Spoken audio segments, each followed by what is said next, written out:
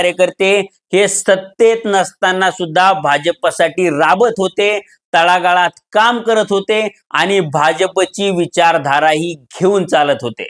त्यामुळं आता पक्षाला चांगले दिवस आल्यानंतर आपल्याला संधी दिली जाईल अशी त्यांची अपेक्षा होती आणि ती अपेक्षा त्यांनी करणं साहजिक होतं.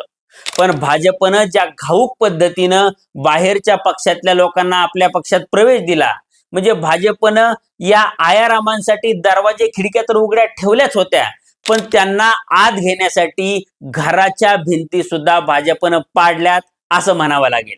आता एवढ्या मोठ्या प्रमाणावर बाहेरच्या पक्षातले लोक पक्षात आल्यानंतर पक्षात इच्छुकांची गर्दी वाढणार हे साहजिक होतं आणि या इच्छुकांच्या गर्दीत भाजपच्या नेत्यांनी ना विचारधारा पाहिली, ना निष्ठा पाहिली, ना इच्छुकांचं काम पाहिलं.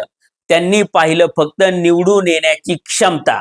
आता त्यांनी हा एकमेव निकष लावल्यामुळं भाजपच्या निष्ठावंतांचा तिथं निभाव लागणं हे शक्य नव्हतं.